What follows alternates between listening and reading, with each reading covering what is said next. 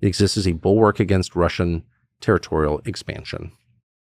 And whether or not Russia has any territorial ambitions is another question. Like, why would it? It's the largest landmass in the world, whatever. But that's why it exists. So if Russia seeks to join NATO, it is by definition a sign that NATO's job is done here.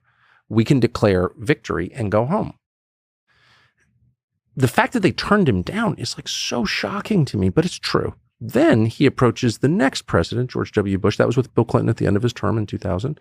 He approaches the next president and said, let's, in our next missile deal, let's align on this, and we'll designate Iran as our common enemy.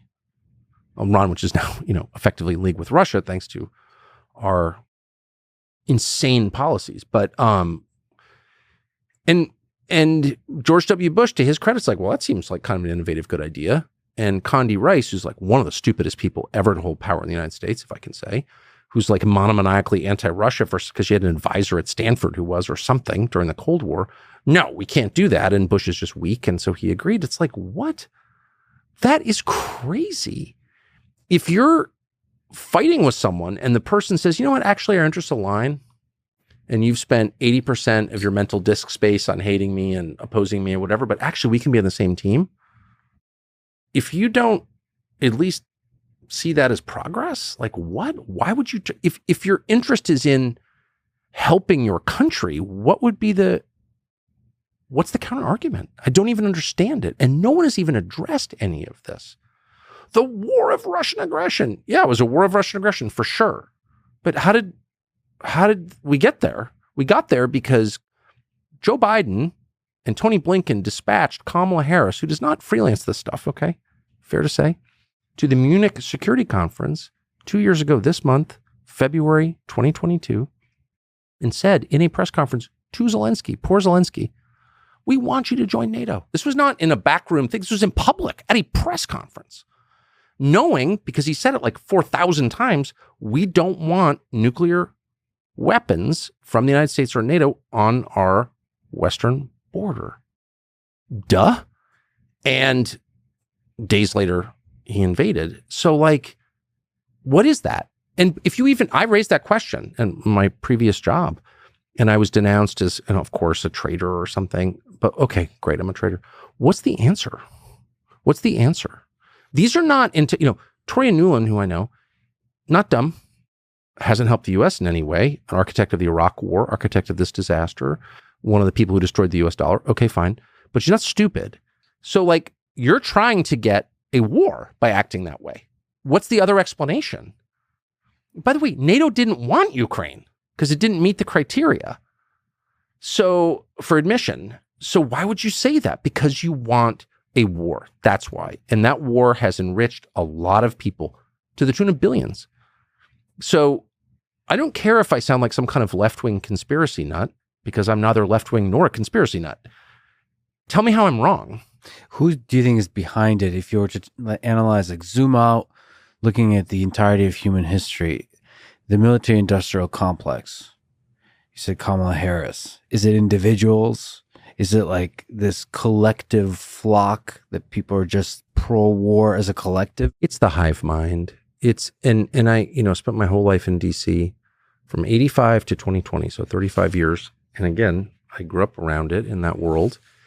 And I do think that conspiracies, of course, there are conspiracies, but in general, the hive mind is responsible for the worst decisions. It's a bunch of people with the same views, totally, views that have not been updated in decades.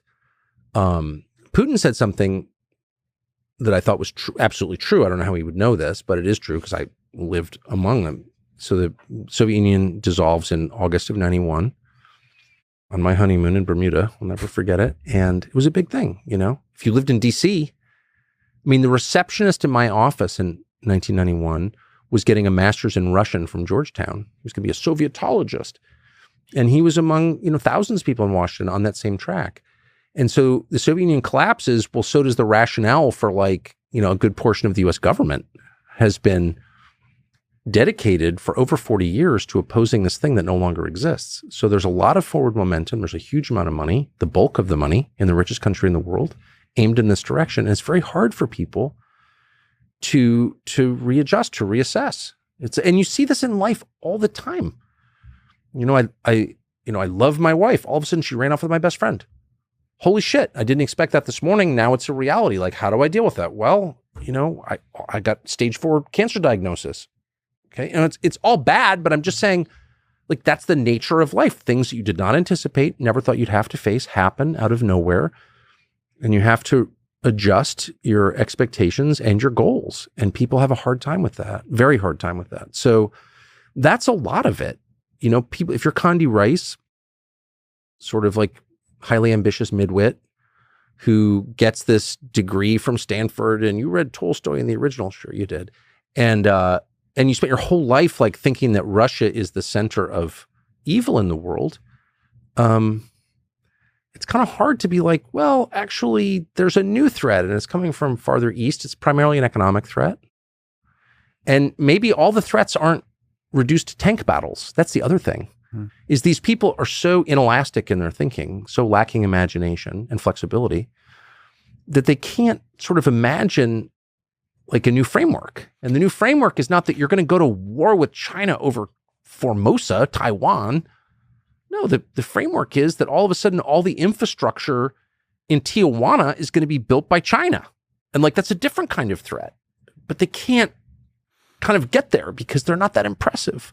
So you've mentioned this. It's not just the Cold War, it's World War II that populates most of their thinking in Washington. You mentioned Churchill, Chamberlain, and Hitler, and they kind of seeing the World War II as the kind of the good war and the successful role the United States played in that war. They're kind of seeing that dynamic, that geopolitical dynamic, and applying it everywhere else still. Yeah, it's a template for everything. And I think it's of huge significance to the development of the West, to the civilization we live in now, to world history. It was a world war. And so I think it's worth knowing a lot about and being honest about and all the rest. But it's hardly the sum total of human history. Yeah. It's a snapshot. And so you keep hearing people refer to not even the war. No one ever talks about the war. Like how much does Tony Blinken know about the Battle of Stalingrad? Probably zero. Doesn't know anything. Largest battle in human history. But I bet he knows nothing. But he knows a lot about the cliches surrounding the 38 to 40 period, 1938 to 1940. And everything is kind of expressed through that formula. And not everything is that formula. That's all I'm saying. And the Republicans have a strange weakness for it, particularly the closeted ones, the weird ones who were like, have no life other than like starting more wars. Everything to them, the most vulnerable, I would say, among them, emotionally, psychologically vulnerable, the dumbest, they will always say the same thing. And it appeals to Republican voters, unfortunately, that every problem is the result of weakness. Everyone's Chamberlain. Like, Germany never would have gone into Poland and Czechoslovakia if England had been stronger.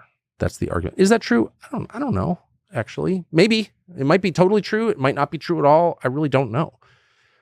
But not everything is that. That's not always true.